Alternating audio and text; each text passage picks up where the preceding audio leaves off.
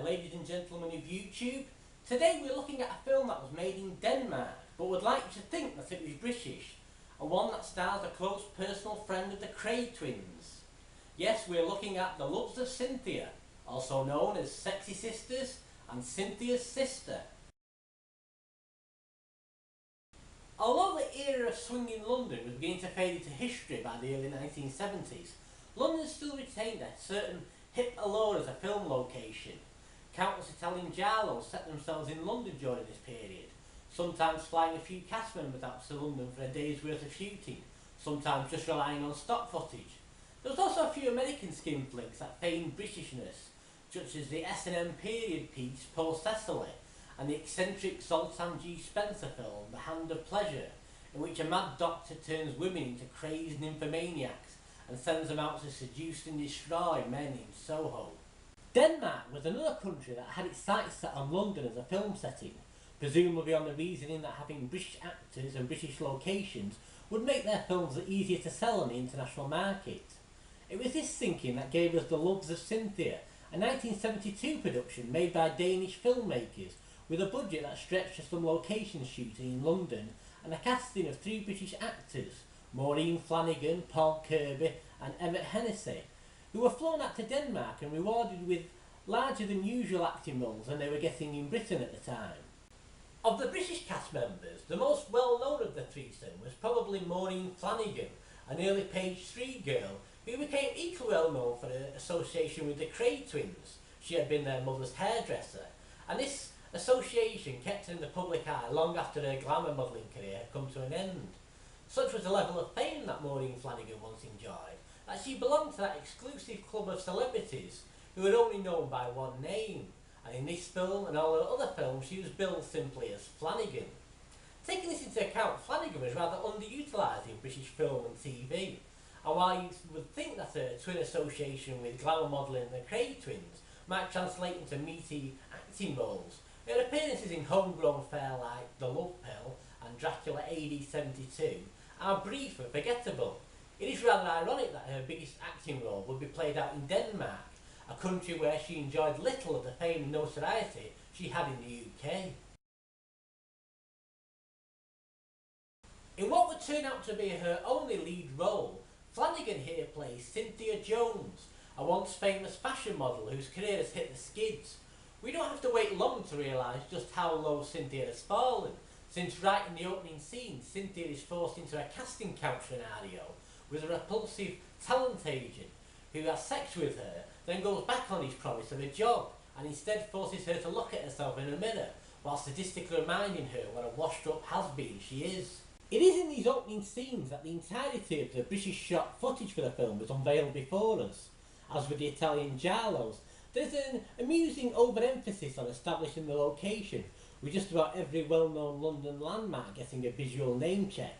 There are shots of Big Ben, shots of Flanagan walking past Buckingham Palace, shots of Flanagan wandering about Hyde Park, and shots of Flanagan on Tower Bridge, where her character kisses her modelling career goodbye by throwing her portfolio into the River Thames, all of which looks like it was shot in one chaotic afternoon in central London, before the production relocated to rural Denmark.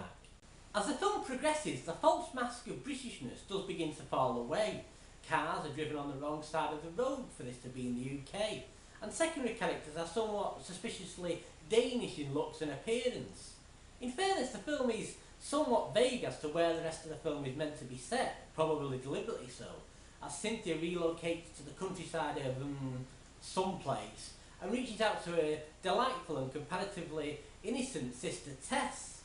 Tess, it turns out, has married millionaire Edward de Havilland, a former sweetheart of Cynthia herself, who Cynthia is more than a little interested in winning back, even if it means destroying her sister's marriage and destroying her sister's mind in the process. Edward has problems of his own though, in the form of his no-good brother Philip, who has blackened the family name due to his pursuit of horse racing. One of the peculiar quirks of The Loves of Cynthia is this downer it has on horse racing. I don't know if wanting to be a successful jockey is a social no-no in Denmark, akin to wanting to be a drug dealer or a member of the Bader Meinhof gang, but The Loves of Cynthia certainly gives that impression, with Edward disdainfully referring to Philip's jumping competitions and threatening to cut off his finances unless Philip wises up and puts all those highfalutin ideas of horse racing behind him.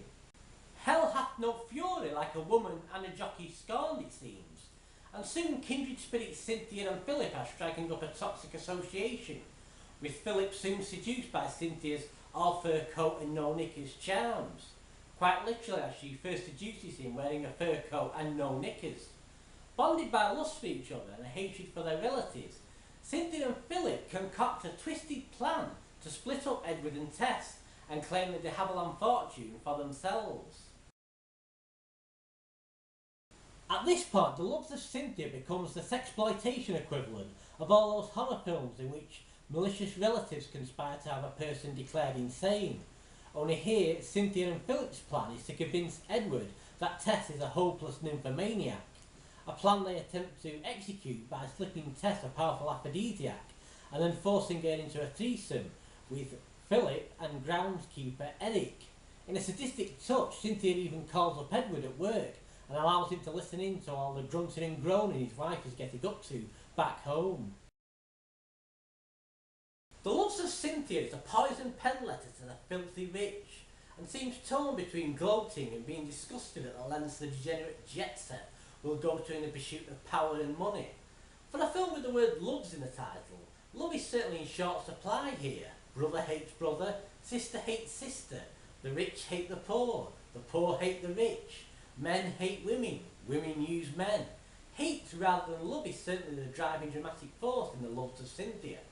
For all of the feigned Britishness, anglicised credits and London location shooting, The Loves of Cynthia is a film that seems to be tapping into the Danish working classes' disdain and curtain-twitching curiosity about the British upper classes and their elitism, lack of morals and love of jumping competitions.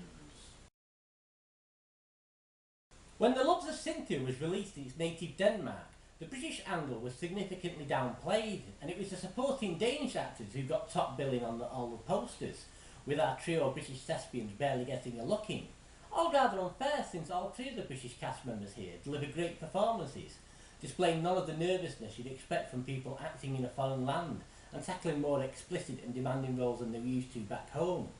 Flanagan in particular is a revelation here, and The Loves of Cynthia makes a convincing case for her being a gifted actress who is certainly up to the task of carrying a film. I suppose the Cynthia role anticipates a kind of mega bitch role that would breathe life back into Joan Collins' career at the end of the 70s with films like The Stud and The Bitch. Coincidentally, the downfall of both Cynthia and Joan Collins' character in The Stud occurs due to a very early form of CCTV recording, pretty much unheard of when this film was made in 1972. Flanagan is captivating in her on-screen wickedness as Cynthia schemes, manipulates and exploits men for her own aims. At the same time, there are flashes of humanity and vulnerability to the character that prevent Cynthia from being just a one-dimensional villainess, with quick peeks at the damaged, hurt human being who a succession of cruel men have moulded into this very deadly female. I should perhaps admit that I do actually know someone who is in this film, Emmett Hennessy, who plays Philip, and resembles, I think, a bit of a young Martin Freeman in this film.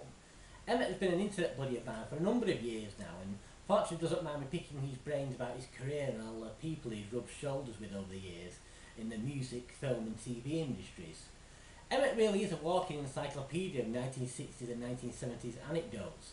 He was a crew member on Top of the Pops for a number of years, was a Vox Pop subject of the film Primitive London, and has acted in everything from Cathy Come Home to 8mm films by Harrison Marx, as well as exploitation movies like Groupie Girl and The Love Box, and seems to have been an extra in just about every significant TV show during the 1960s and 70s. I've lost count of the times I've watched programmes from that era and spotted him in the background. In fact, the next time that often repeated clip from Dad's Army where Mannery says, don't tell him Pike, gets shown on TV, look in the background and you'll see Emmett playing a captured German soldier. He really does pop up everywhere and is a super cool dude, far removed from the despicable piece of work he plays in this film. You'd think, given that I know someone who is in this film, that I'd be overflowing with information about the people who made it. But in fact, the makers of The Loves of Cynthia are something of a mystery.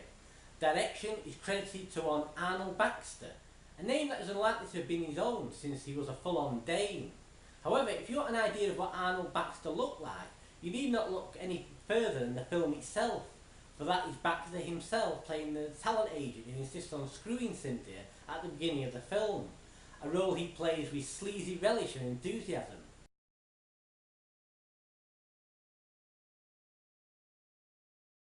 So we are able to put a face to the name, even if that name wasn't his own. There are no other films by Arnold Baxter, and in fact none of this film's crew has any other further credits at all, at least not under the names they use in The Loves of Cynthia. However, I do suspect that they were actually a fairly prolific bunch, who just never used the same set of pseudonyms more than once. Emmett remembers that while The Loves of Cynthia was being shot, the same production company were also making another film back to back with it, in which Emmett did a small cameo in, playing a boyfriend of the lead female character and accompanying her to an art gallery, a coffee bar, and eventually serenading her with a song.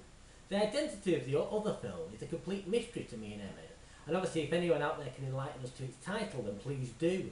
All we really know about the other film is that the lead actress was a popular softcore star called Birte Tove.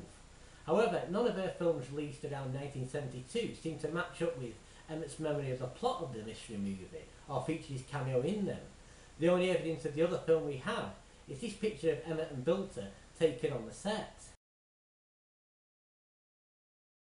I do suspect that there is also some sort of connection between The Loves of Cynthia and a far more well-known and notorious Danish exploitation film called The Sinful Dwarf, which was made a year later. The Sinful Dwarf seems to have a similar cast and crew makeup as The Loves of Cynthia, with a Danish crew using pseudonyms that appeared in no other film, and a couple of British actors flown out there to act in the film and give the film a dash of Britishness.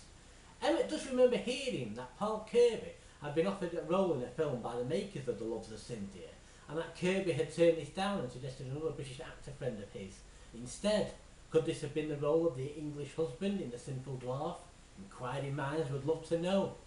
There is also a scene in The Loves of Cynthia where a character is caught reading a softcore magazine called Abducted Bride, which was later used as an alternative title for The Sinful Dwarf. Coincidence? Or maybe not. The only cast iron connection I can make between the two films is a guy called Jim Stevens. Stevens was an American based in Paris who had an active behind the scenes role in The Loves of Cynthia.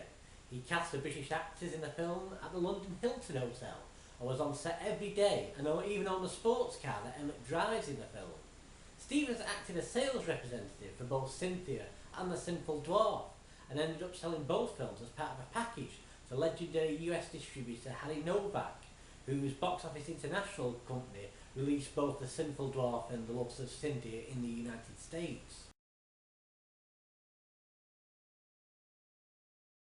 Whatever the connection between the two films, if there is one at all, The Loves of Cynthia and The Sinful Dwarf did more than most to put Denmark on the map when it came to sexually sadistic softcore roughies.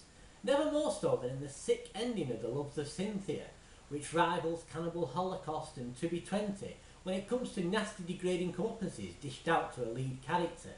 What goes around comes around in the world of The Loves of Cynthia, with rape, whipping and murder with overtones of bestiality, all served up in an ending sure to revolt and pulverise your average viewer. After watching it, you may well begin to understand why the Danes seem to be so wary of horse riders. Anyway, that's all for now, so all that remains for me to say is good night and God bless.